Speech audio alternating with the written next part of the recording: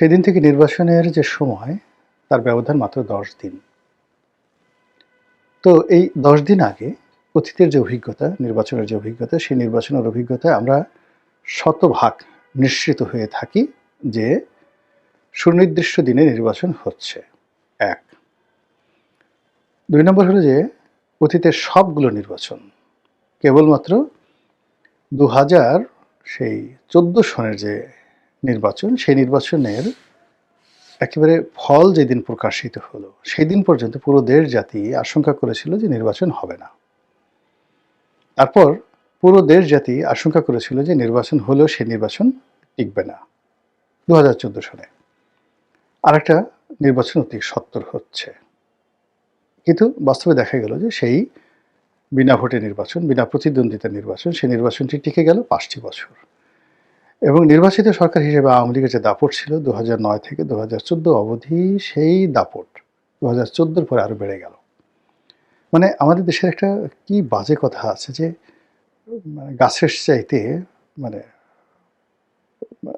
লতার দাপট বেশি, গাছের চাইতে পরগাছার ভাবসাব বেশি। তো জনগণের প্রত্যক্ষ ভোটে নির্বাচিত হয়ে ২০০৯ থেকে ২০১৪ অবধি আওয়ামী লীগ যে দাপটগুলো দেখিয়েছে, যে কর্তৃত্ব দেখিয়েছে, যে আত্মবিশ্বাস দেখিয়েছে, তার চেয়ে অনেক অনেক বেশি নেতিবাচক কর্মকাণ্ড তারা ২০১৪ থেকে ২০১৮ এই সময়টিতে করেছে। কোনো লাজ লজ্জা, মান অভিমান, কোনো ধরনের যাকে বলে দ্বিধা সংকোচ তাদের মধ্যে ছিল না। অ্যাজ ইট ইজ প্রথমে কয়েকদিন তারা চুপচাপ ছিল, প্রথম ৬ মাস। এবং নির্বাচনের সময় তাদের যারা সিনিয়র নেতৃবৃন্দ তারা বলার চেষ্টা করেছিল যে খুব অল্প সময়ের মধ্যে আমরা আরেকটা নির্বাচন দিয়ে সব দলের অংশগ্রহণ নিশ্চিত করব। স্বয়ং অর্থমন্ত্রী আবুল মাল আব্দুল মুহিত সাহেব এই কথাগুলো বলেছিলেন। কিন্তু পরবর্তীতে যখন দেখা গেল নির্বাচন হয়ে গেছে, অমনি সাবেক প্রধানমন্ত্রী গণভবনে বিশাল পিঠা পায়েস পুলির আয়োজন করলেন। তার অনুগত সাংবাদিক, সাহিত্যিক, নাট্যাভিনেতা, অভিনেত্রী, ব্যবসায়ী, আমলা কামলা সবাই সে উৎসবে অংশগ্রহণ করল। এবং সেখানে তিনি সকলের স্বতঃস্ফূর্ত অংশগ্রহণ এবং সকলের মধ্যে নির্লজ্জতা, বেহায়াপনা এবং ক্ষেত্র বিশ্বাসী যেটাকে বলে ইত্রামি, এগুলো দেখে তিনি নিশ্চিত হলেন যে ভোট হয়েছে এটা নিয়ে তার লজ্জা বা দ্বিধার সংকোচের কোনো কারণ নেই। যদি লজ্জা থাকতো তা এই মানুষগুলো আসতো না। যদি লজ্জা থাকতো এই মানুষগুলো তাকে অভ্যর্থনা জানাতো না। যদি ন্যূনতম বিবেক থাকতো, এর কারণ হলো ২০১৪ সনের নির্বাচনের পরে যারা আওয়ামী লীগ করতেন তখনও পর্যন্ত দালাল ফড়িয়া, সেটা আওয়ামী দালাল ফড়িয়া যেটা ২০২৪ বা ২৩ সনে পোস্তে পোস্তে একটা গবর হয়ে গিয়েছিল, সেই গবরগুলো তখনও পর্যন্ত কিছু ঘ্রাণ অবশিষ্ট ছিল। তো সেই মানুষগুলো যখন যে নির্বাচন হয়নি, যে নির্বাচন একতরফা হয়েছে, যে নির্বাচন বিনা প্রতিদ্বন্দ্বিতা হয়েছে, সেই নির্বাচন অনেকটা ১৯৯৬ সালের ১৫ ফেব্রুয়ারি নির্বাচনের মতো। কাজেই ১৫ ফেব্রুয়ারি নির্বাচনের পরে যে পরিণতি হয়েছিল সেই পরিণতি হবে এটাই স্বাভাবিক। কিন্তু সেটা না হয়ে যখন সবাই তাকে কংগ্রাচুলেশন করছিল, সারা দেশ স্টপ হয়েছিল, বিরোধী যারা প্রতিপক্ষ তারাও অনেকটা টাসকি খেয়ে গিয়েছিলেন, তখন শেখ হাসিনা বুঝেছিলেন যে না, আমার লজ্জা পাওয়ার কোনো দরকার নেই, আমি ৫ বছর নিশ্চিন্তে নির্ভাবনায় ক্ষমতায় থাকব।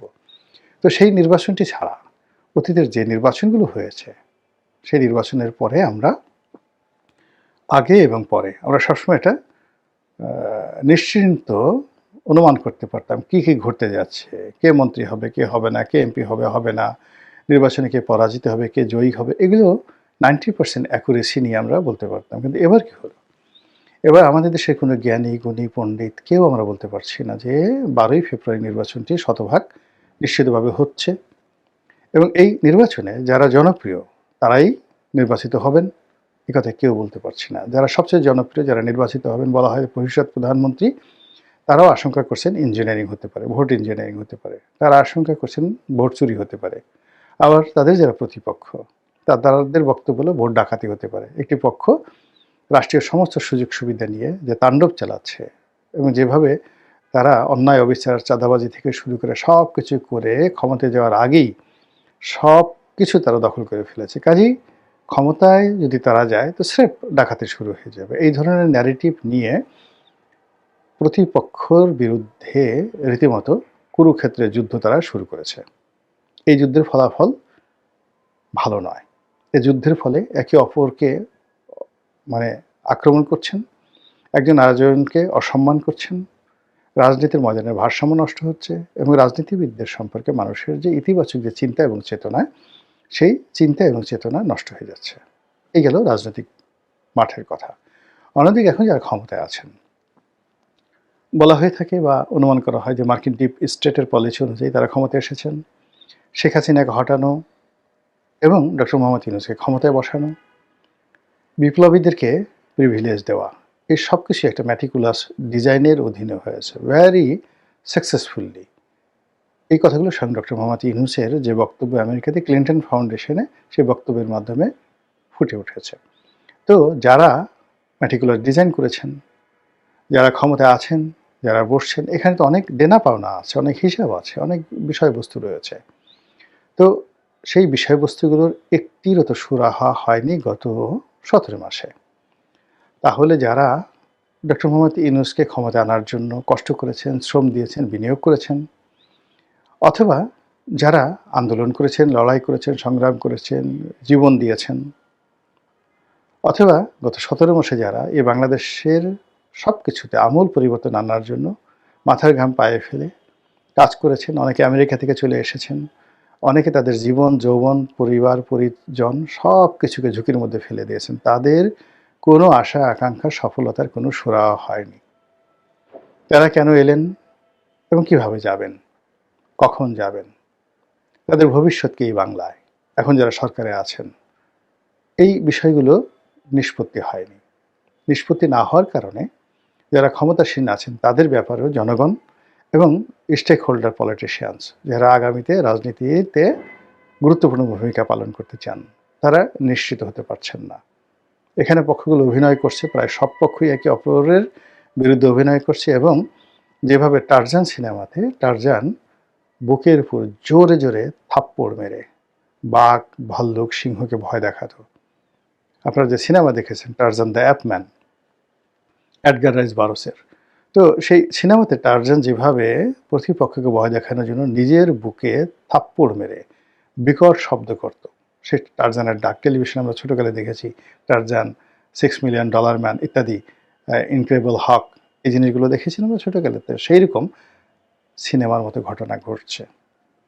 প্রত্যেকটি রাজনৈতিক দল আমিই বড়, আমিই ভালো, আমি ছাড়া দুনিয়াতে অন্য কোনো ভালো নেই, এই একটা ন্যারেটিভ।